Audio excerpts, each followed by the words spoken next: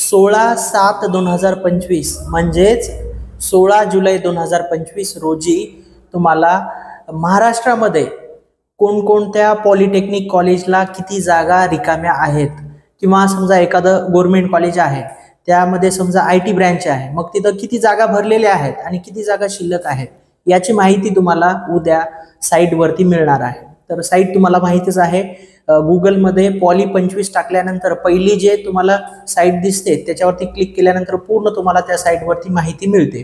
तर विद्यार्थी मित्रांनो, 16 तारखेला तुम्हाला महाराष्ट्रामध्ये कोणत्या पॉलिटेक्निक कॉलेजला किती जागा आहेत आणि समजा एखादं कॉलेज आहे त्या ब्रँचला किती जागा शिल्लक आहेत आणि किती जागा भरलेल्या आहेत याची पूर्ण माहिती तुम्हाला साईटवरती उद्या प्रदर्शित होणार आहे, उद्या तुम्हाला साईटवरती दिसणार आहे.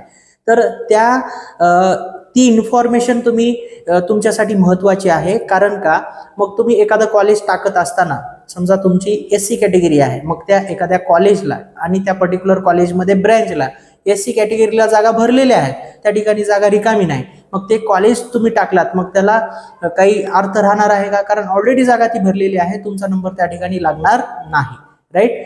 किंवा जागा शिल्लक आहे, समजा गव्हर्नमेंट पॉलिटेक्निक कॉलेज आहे, IT ब्रँचला ST कॅटेगरीची जागा शिल्लक आहे, हे तुम्हाला माहिती होईल.